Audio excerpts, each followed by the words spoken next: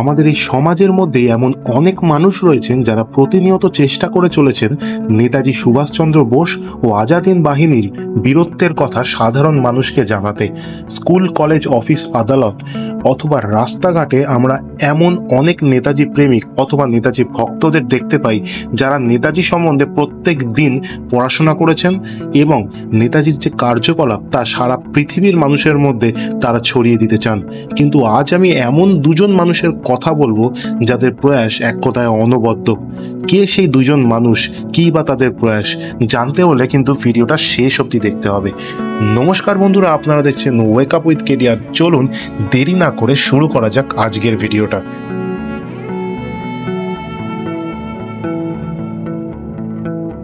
বয়স 58। সম্বল বলতে একটা মোটরসাইকেল, যেটা রয়্যাল এনফিল্ড কোম্পানির বুলেট 350, যেটা নিয়ে একটা মানুষ বেরিয়ে পড়েছে সারা ভারতবর্ষের উদ্দেশ্যে। কাশ্মীর থেকে কন্যাকুমারী এই বাইকটা নিয়ে ছুটে বেড়াচ্ছে এই মানুষটা। লক্ষ্য একটাই, ভারতবর্ষের স্বাধীনতা সংগ্রামে নেতাজি সুভাষচন্দ্র বোস এবং আজাদ হিন্দ বাহিনীর ইতিহাস ছড়িয়ে দেওয়া ভারতবর্ষের প্রত্যেকটা কোনায়, সে শহর হোক অথবা গ্রাম। এই লক্ষ্য সম্বন্ধে তাকে প্রশ্ন করা হলে তার উত্তর ছিল, I told the people that we will remember and celebrate Netaji on the same line as we celebrate Bapu, means Mohandas Karamchand Gandhi. এই মানুষটার বাইক অভিযানের কাহিনী তো আপনাদেরকে এই ভিডিওটাতে বলবোই, কিন্তু তার আগে জেনে নেওয়া যাক এই মানুষটার সম্বন্ধে। কেরালার গোপাল কৃষ্ণন নায়ার ওরফে রবিন 19 বছর বয়সে যোগদান করেন ইন্ডিয়ান আর্মিতে এবং 17 বছর ধরে ইন্ডিয়ান আর্মিতে তিনি ভারত মাতার সেবা করেন এবং তিনি রিটায়ার যখন করেছিলেন তখন তার পদ ছিল নায়েক। ইন্ডিয়ান আর্মি থেকে রিটায়ার করার পর তিনি যোগদান করেন একটি ব্যাংকে কর্মচারী হিসাবে। জীবনে সবকিছু ঠিকঠাক চললেও রবিনের মনে সারা জীবনই ছিল একটা ইচ্ছা, এবং সেই ইচ্ছা হচ্ছে নেতাজি সুভাষচন্দ্র বোস যেমন ভারতবর্ষের জন্য আত্মবলিদান দিয়েছিলেন সেই গল্প ছড়িয়ে দেওয়া সারা পৃথিবীর মধ্যে এবং তার মাধ্যমে কিছুটা হলেও নেতাজির এই মহৎ কর্মকে কৃতজ্ঞতা জ্ঞাপন করা। 2001 সালে ইন্ডিয়ান আর্মি থেকে রিটায়ার করার পর তিনি ভাবতে থাকেন কিভাবে নেতাজির কথা ছড়িয়ে দেওয়া যায় সারা ভারতবর্ষের কোনায় কোনায়, এবং তারপরেই তিনি করে ফেলেন একটি প্ল্যান। তার এই প্ল্যান সম্বন্ধে তিনি তার অর্ধাঙ্গিনীকে যখন বলেন তখন তার অর্ধাঙ্গিনী এই বিষয়ে একটুও রাগ না করে তাকে একটি সুপরামর্শ দেন। সেই মানুষটি রবিনকে বলেছিলেন যে এই মুহূর্তে এই ঘটনা কাউকে যেন সে না বলে এবং অপেক্ষা করতে সেই দিনটার জন্য, এবং সেই দিনটার জন্যই রবিন নিজেকে তৈরি করতে থাকে। এবং অবশেষে আসে সেই দিন যেদিন রবিন তার 350 সিসির বুলেট বাইকে চড়ে বেরিয়ে পড়েন কন্যাকুমারী থেকে কাশ্মীরের উদ্দেশ্যে।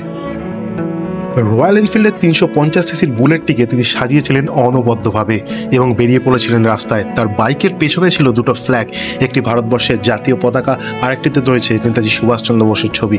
শুধু তাই নয়, তার সঙ্গে রয়েছে এমন অনেক প্ল্যাকার্ড যেখানে লেখা আছে নেতাজি এবং আজাদ হিন্দ বাহিনীর বিভিন্ন তত্ত্ব। তার পরিবার সম্বন্ধে তাকে জিজ্ঞাসা করা হলে তিনি বলেছেন যে মেয়েকে পড়াশোনা শেখানোর পর তিনি বিয়ে দিয়েছেন। এছাড়াও তার ছেলের জন্য যৎসামান্য টাকাও তিনি সঞ্চয় করেছেন তাকে ভালো শিক্ষা দেবেন বলে। কিন্তু যে বয়সটায় মানুষ রিটায়ারমেন্টের প্ল্যান করেন অথবা শুয়ে বসে কাটানোর স্বপ্ন দেখেন, সেই গুরুত্বপূর্ণ সময়টাকে নষ্ট না করে এই মানুষটি বেরিয়ে পড়েছে নেতাজির উদ্দেশ্যে। নেতাজির সমস্ত অকথিত ইতিহাস ভারতবর্ষের কোনায় কোনায় ছড়িয়ে দেওয়ার জন্যই এই মানুষটি দায়িত্বভার তুলে নিয়েছে। 11 দিন টানা 8খানা রাজ্য পেরিয়ে তিনি এসে পৌঁছান দিল্লিতে এবং বাইক রাইডিং এর মাঝে মাঝে তিনি দাঁড়িয়ে পড়েছেন গ্রাম শহরের বহু কোনায়। উৎসুক বহু মানুষকে তিনি বুঝিয়েছেন নেতাজি এবং স্বাধীনতা সংগ্রাম সম্বন্ধে। বহু মানুষ দেখেছেন এবং অবাক হয়ে শুনেছেন নেতাজির অকথিত ইতিহাস। তিনি এও তাদেরকে বুঝিয়েছেন যে কিভাবে নেতাজি কখনোই প্লেন ক্র্যাশে মারা যেতে পারেন না। সেই ভুল ইতিহাস যে মানুষকে শেখানো হয়েছে তার বিরুদ্ধেও কিন্তু তিনি দাঁড়িয়েছেন। তাকে যখন জিজ্ঞাসা করা হয়েছে শুধুমাত্র নেতাজির ইতিহাস মানুষের কাছে তিনি কেন পৌঁছে দিতে চান, তিনি তার উত্তরে বলেছেন যে ভারতবর্ষের স্বাধীনতার ইতিহাসে অনেক স্বাধীনতা সংগ্রামী আছেন যাদের সংগ্রাম অনস্বীকার্য, কিন্তু নেতাজির বুদ্ধিমত্তাই কিন্তু আসলে আমাদেরকে স্বাধীনতা এনে দিয়েছিল। Netaji got us independence, I am clear on that. Yes, other plays their role, but his intelligence freed us. নেতাজির সম্বন্ধে তার এই জ্ঞান এবং ভারতবর্ষের স্বাধীনতার ইতিহাস ও তার এই স্পষ্ট বক্তব্য শুনে অনেকেরই চোখে চলে এসছে জল। সেরকমই একটা ঘটনা শোনাই আপনাদের।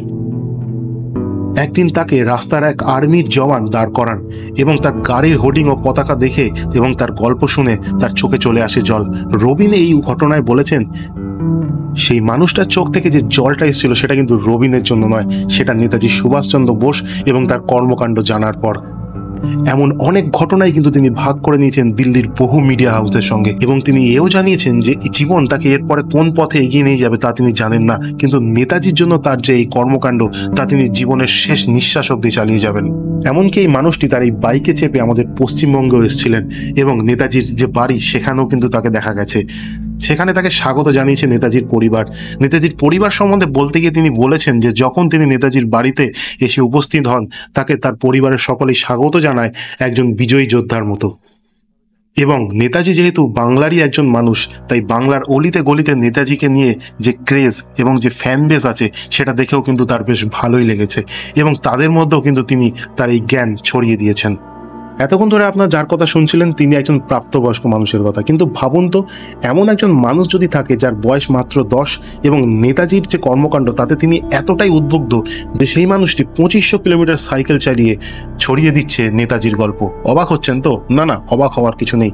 যেই সময়টা কার্টুন দেখার অথবা পোকেমন দেখার অথবা কোনো খেলনা নিয়ে খেলার অথবা প্লে স্টেশন খেলার, সেই সময় একজন বাচ্চা বেরিয়ে পড়েছে নেতাজির কথা সারা ভারতকে জানানোর জন্য। মাত্র 10 বছর বয়সে আমি নিজে নেতাজি সম্বন্ধে কতটা জানতাম সেই বিষয়ে কিন্তু আজও দাঁড়িয়ে আমার অনেকটাই সন্দেহ রয়েছে, কিন্তু এই 10 বছরের বাচ্চাটি ছড়িয়ে দিতে চায় নেতাজির ইতিহাস সারা ভারতবর্ষের কাছে। 10 বছর বয়সে দিল্লির আরব ভারদ্বাজ নেতাজির 125তম জন্মদিনে বেরিয়ে পড়েছিল তার সাইকেলে করে। উদ্দেশ্য নেতাজির আজাদিন বাহিনীর ইতিহাস ছড়িয়ে দেওয়া। এই ক্লাস 6-এর ছাত্র 14 এপ্রিল মণিপুরের মাইরাং থেকে তার সাইকেল যাত্রা শুরু করে, ঠিক সেখানেই যেখানে নেতাজি তার আজাদিন বাহিনীর সঙ্গে যুদ্ধ করেছিল ইংরেজদের বিরুদ্ধে। 1944 সালের 14 আগস্ট এই দিনই ইন্ডিয়ান ন্যাশনাল আর্মির পতাকা উত্তোলন করেছিলেন নেতাজি সুভাষচন্দ্র বোস এই মাইরাঙে। তাই ঠিক ওই দিনই 14 আগস্ট আরব ভদ্রওয়াজ তার বাবা অতুল ভদ্রওয়াজের সঙ্গে মাইরাং থেকে সাইকেল যাত্রাটি শুরু করেন। এরপর প্রায় 2500 কিলোমিটার সাইকেল চালিয়ে তারা চলে আসে দিল্লিতে। তাকে তার এই যাত্রা সম্বন্ধে জিজ্ঞাসা করা হলে তিনি বলেন যে ছোটবেলা থেকেই তিনি তার দাদুর কাছে শুনেছেন নেতাজি এবং ভারতবর্ষের ফ্রিডম ফাইটারদের কথা, এবং সেখান থেকেই নেতাজির কর্মকাণ্ড দেখে তিনি খুবই উদ্দীপিত হয়েছে, এবং তার মনে হয়েছে যে কোনোভাবেই হোক সারা পৃথিবীকে এই কাহিনী তাকে জানাতেই হবে, এবং পরবর্তীকালে তিনি নেতাজির মতোই ভারতবর্ষের জন্য কাজ করতে চান এবং ইন্ডিয়ান আর্মিতে যোগদান করতে চান। অবাক লাগছে তো? 10 বছরের বাচ্চার ভেতরে এতটা দেশপ্রেম অথবা নিজের দেশমাতৃকার জন্য ভালোবাসা। সত্যি এই বাচ্চাটার কর্মকাণ্ড দেখে কিন্তু আমরা অবাক হয়েছি। ওয়েক আপ উইথ কেডি এই দুজন মানুষকে জানায় কুর্নিশ এবং অসংখ্য ভালোবাসা, এবং ভগবানের কাছে প্রার্থনা করি যাতে এই মানুষ দুটো তাদের সাফল্য পায়। কেমন লাগলো আজকের আমাদের এই ভিডিওটা জানাতে কিন্তু অবশ্যই ভুলবেন না। ভিডিওটা ভালো লেগে থাকলে অবশ্যই চ্যানেলটাকে সাবস্ক্রাইব করে দেবেন, আর একটা কমেন্ট এবং লাইক করতে অবশ্যই ভুলবেন না।